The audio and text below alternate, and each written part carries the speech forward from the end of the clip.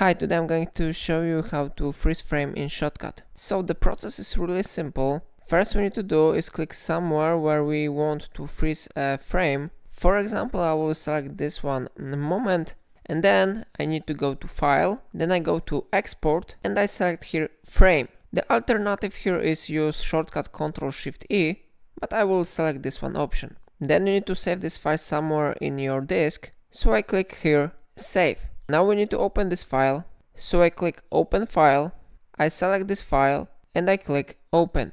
Now we need to click and hold left mouse button somewhere here and drag it to the timeline. Then we need to click on this video and press S or select this one option, Split at Playhead. Then we change position of this video to the right side, and we change position of frame to the left side.